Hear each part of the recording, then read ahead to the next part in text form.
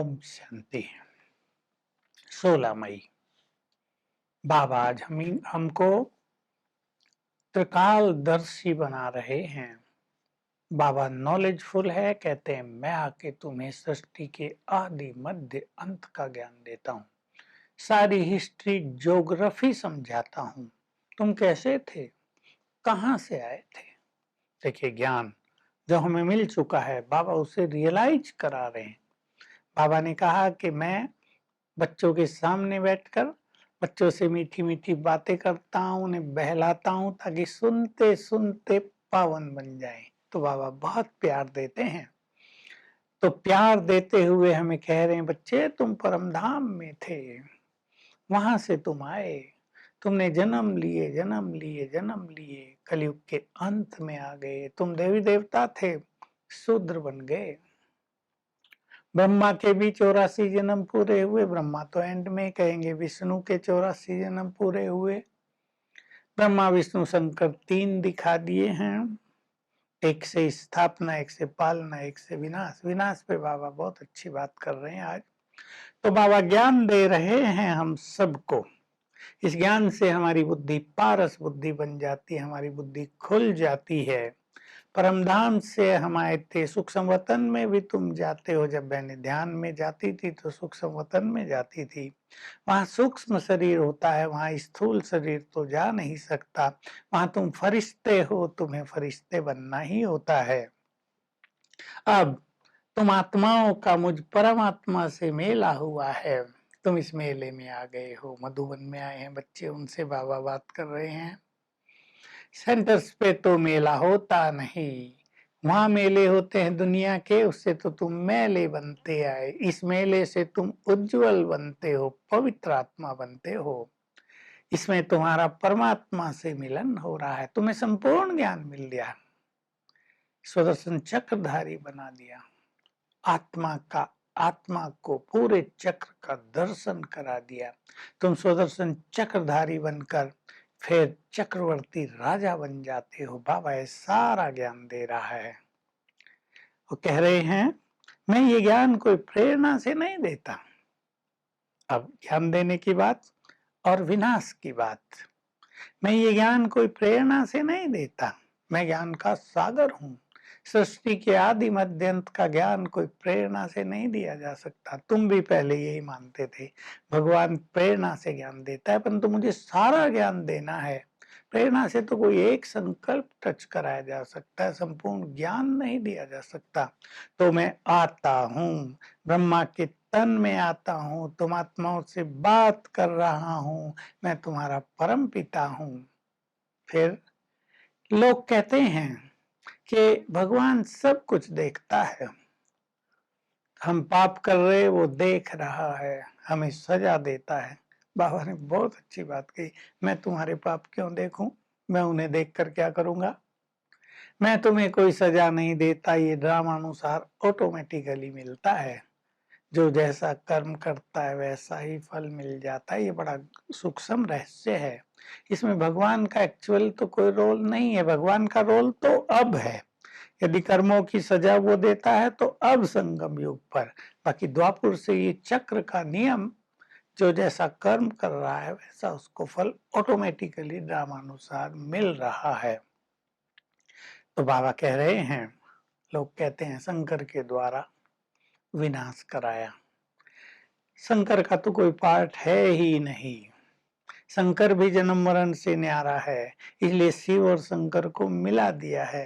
पर ज्ञान मैं देता हूँ, ऐसे नहीं कि शंकर कोई प्रेरणा करता है, नहीं तो प्रेरणा करने वाले पर भी दोष आ जाएगा, उसको भी सजा मिलती है। तो बाबा कह रहे हैं कि देखो ये खेल कितना सुंदर चल रहा है, अंत में लोग गायन करेंगे, हे प्रभु तेरी लीला, तेरी लीला अपरंपार। भक्ति में तो गाते ही हैं, प्रैक्टिकल गाएंगे। क्यों गाएंगे, कौन सी लीला। विनाश से पहले ही नई दुनिया स्थापन करने की लीला, बहुत बड़ी चीज है। गुप्त रूप से स्वर्ग रच दे रहा है भगवान, बाहर वालों को पता नहीं चल रहा है, और फिर विनाश के बाद वो स्वर्ग इस धरा पर जैसे उदय हो जाएगा।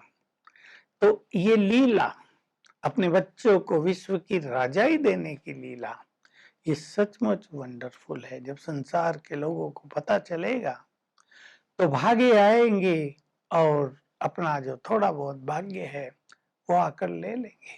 बाबा कह रहे हैं तुम्हारा संन्यास है इन 5 विकारों से, तुम्हें इन 5 विकारों से बिल्कुल विरक्त रहना है, क्योंकि अब तुम्हें देवता बनना है, पत्थर से पारस बनना है।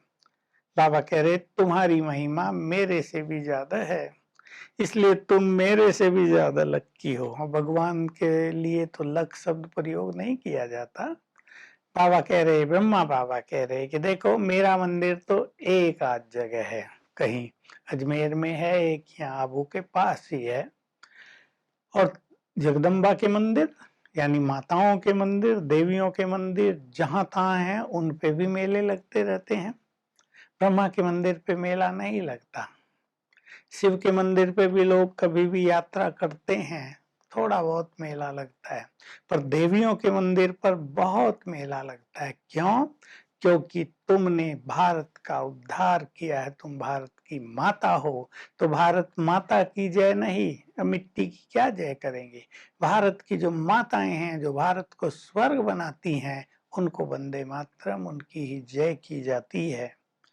तो बाबा हम सबको आज बहुत बहला रहे हैं, बहुत अपनापन दे रहे हैं, बहुत प्यार दे रहे हैं, और हमें सिखा रहे हैं कि तुम्हें अब इन सभी विकारों से मुख मोड़ लेना है, अपना मुंह सतयुग की ओर करना है।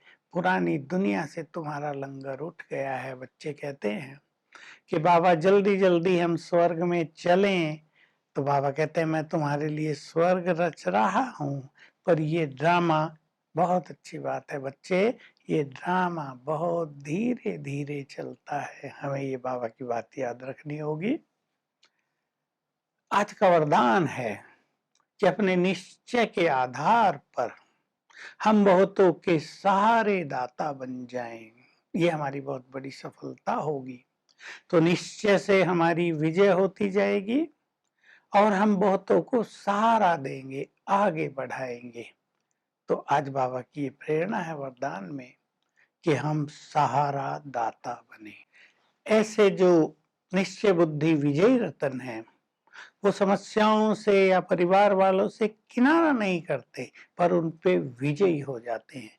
उनको अकेलापन भी नहीं भासता, उनको लगता है सदा ही बाबा की छत्र छाया में, उसके सहारे के नीचे हैं। स्लोगन है आज का, बाप को अपनी कंपनी भी बनाओ और कंपेनियन भी, यानी बाबा के संग रहो और वही तुम्हारा जीवन साथी है, इस नशे में भी रहो। तो आज हम सारा दिन एक ड्रिल करेंगे, आत्मा पर एकाग्रता, आधा मिनट, आधा मिनट बाबा पर एकाग्रता चिंतन के साथ, 1 मिनट में एक बार आत्मा पर एकाग्रता, बाबा पर एकाग्रता। आप हर घंटे में करते रहें, नहीं तो बैठकर भी 5 मिनट कर लें तो बहुत एकाग्र स्थिति हो जाएगी। Om Shanti. To watch Peace of Mind channel videos on YouTube, subscribe us on youtube.com/tvpeaceofmind. Just a click for a peaceful life.